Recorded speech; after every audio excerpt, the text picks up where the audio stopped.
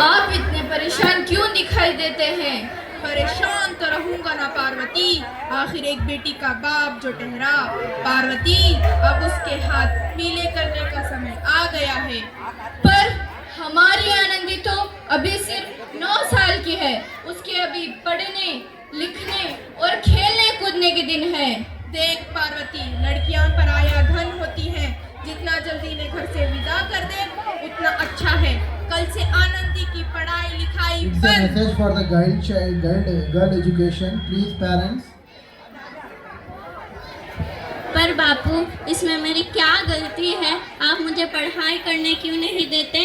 तेरी गलती है कि तू एक लड़की है।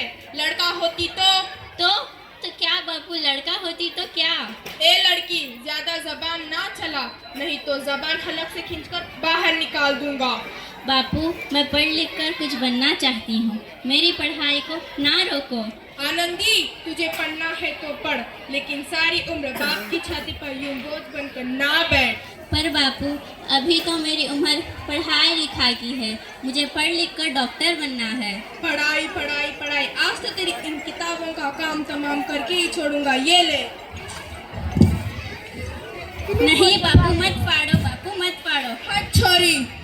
नहीं बापू, नहीं बापू, ये तुमने क्या किया? तुमने सिर्फ इन किताबों को ही नहीं फाड़ा बापू, मेरी किस्मत फाड़ दी, किस्मत।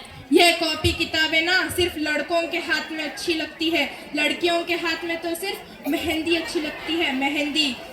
बापू, मैं लड़की हूँ तो क्या हुआ?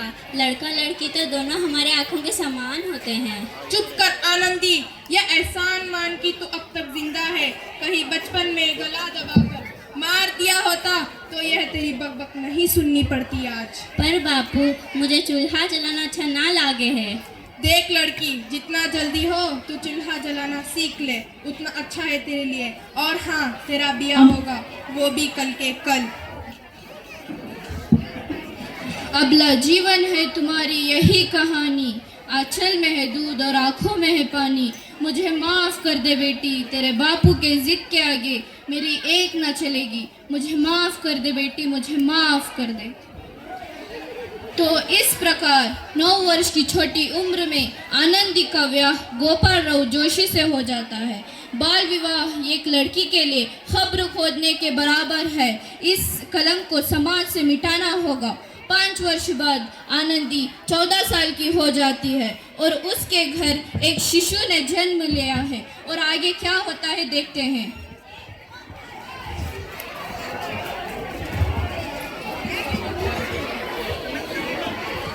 देखिए ना, इसे क्या हो गया है? इसका माथा तो अंगार की तरह तप रहा है। इसे तो बहुत तेज बुखार है। आप भी ना कुछ भी बोलते हैं। दीजिए मुझे। माधव, माधव, जल्दी से वैद्य जी को बुलाओ।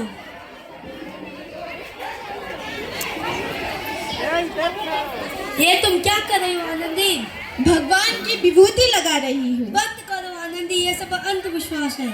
अरे आप यकीन तो कीजिए, भगवान की कृपा से इसका माथा ठंडा हो रहा है और बुखार भी उतर गया है ना बाबू, मेरा सोना बाबू? देखिए, दीजिए मुझे। उठो बाबू, आंखें खोलो, तुम्हें तुम्हारी माँ बुला रही है। आंखें खोलो। देखिए ना, इसे क्या हो गया है? आंखें भी नहीं खोल रहा।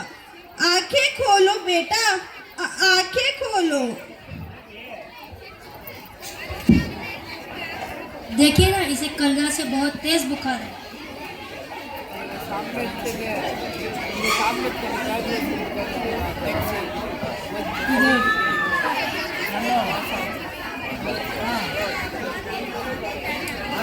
आपका बच्चा अब इस दुनिया में नहीं रहा है।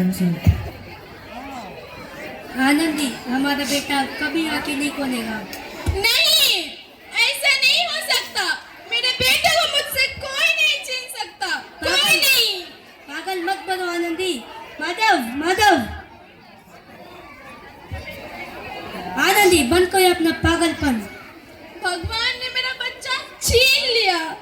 भगवान ने नहीं, तुम्हारी अशिक्षा और अंधविश्वास से तुम्हारा बच्चा छीन लिया। अगर तुम पढ़ी लिखी होती तो आज हमारा शिशु जीवित होता। अनपढ़ हो तुम आनंदी, अनपढ़। नहीं, अब मैं अनपढ़ नहीं रहूंगी, नहीं रहूंगी मैं अनपढ़।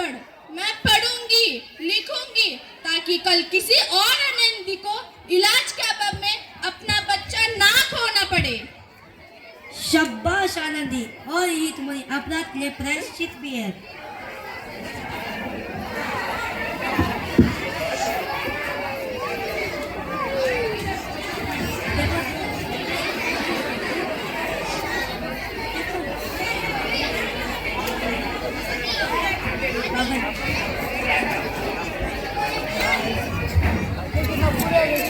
आनंदी, तुम्हारी बारहवीं का परिणाम आ गया है। तुम पूरे कॉलेज में प्रथम स्थान अर्जित किए हो।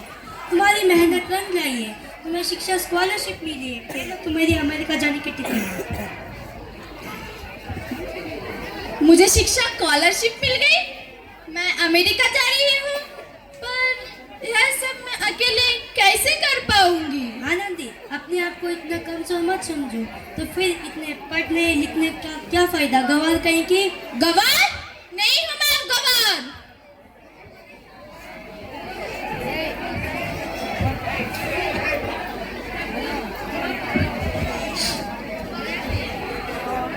तो इस प्रकार 7 अप्रैल 1883 को आनंदी अमेरिका के लिए रवाना होती है और 3 साल बाद उन्होंने डॉक्टर ऑफ मेडिसिन की पढ़ाई प्राप्त कर ली। और इधर आनंदी के पिता की तबीयत बहुत खराब है।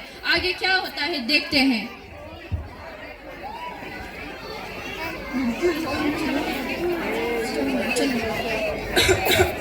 लगता है अब मेरे जाने का समय आ गया है। अब मैं नहीं बचूंगा। ऐसा मत बोलो। डॉक्टर शहर के सिटी हॉस्पिटल में कोई डिग्री लेकर अमेरिका से बड़ा डॉक्टर आया है, वहाँ चलकर एक बार दिखा लेते हैं। कम से कम दिल को तसल्ली तो मिल जाएगी। हाँ चलो।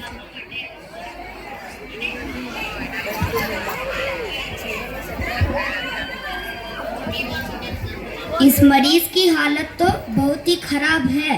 कोई चमत्कार ही इसे बचा सकता है। लो आ गई डॉक्टर मैडम। डॉक्टर मैडम, जल्दी देखिए, इस मरीज की हालत बहुत ही खराब है।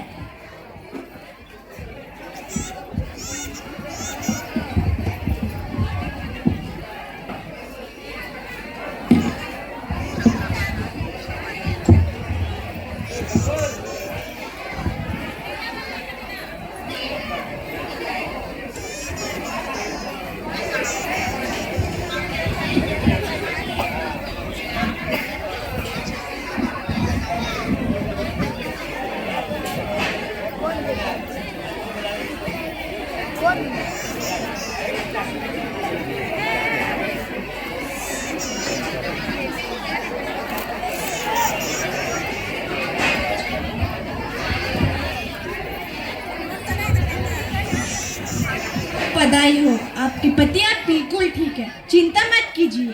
धन्यवाद। मुझे डॉक्टर साहब ने बचा लिया। मुझे मिलना है डॉक्टर साहब से।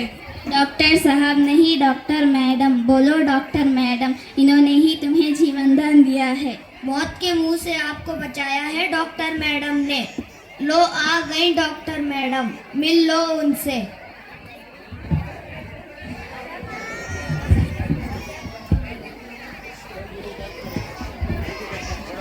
डॉक्टर मैडम, आपका बहुत बहुत धन्यवाद। आपने मेरी जान बचाई। इसके बदले में मैं गरीब भला आपको क्या दे सकता हूँ? वचन, वचन चाहिए मुझे कि कभी ये नहीं कहोगे लड़कियां कुछ नहीं कर सकती। वचन? ये कैसा वचन? आपने पहचाना नहीं? हमारी बेटी आनंदी। हमारी बेटी आनंदी? डॉक्टर? हाँ बापू, वही आनंदी जिसके लिए बचपन में तूने चूल्हा और दूल्हा के अलावा कुछ नहीं सोचा था। मुझे माफ कर दे आनंदी, मैं तेरा गुनहगार हूँ। नहीं नहीं बापू, वही आनंदी जिसके हाथ पीला करके तुम उसकी सारी जिंदगी काला कर देना चाहते थे। मुझे माफ कर दे आनंदी, मैं तेरा अपराधी हूँ। नहीं बापू, मैंने तो तेरा एहसान चुकाया है। याद है ना अपना एहसान जो तूने बचपन में मुझ पर किया था? ताने सुना सुना कर जीते जी मार डाला था मुझको। अब बन, किस किस को मारेगा? मुझे माफ कर दे आनंदी, मैं तेरा गुनहगार हूँ।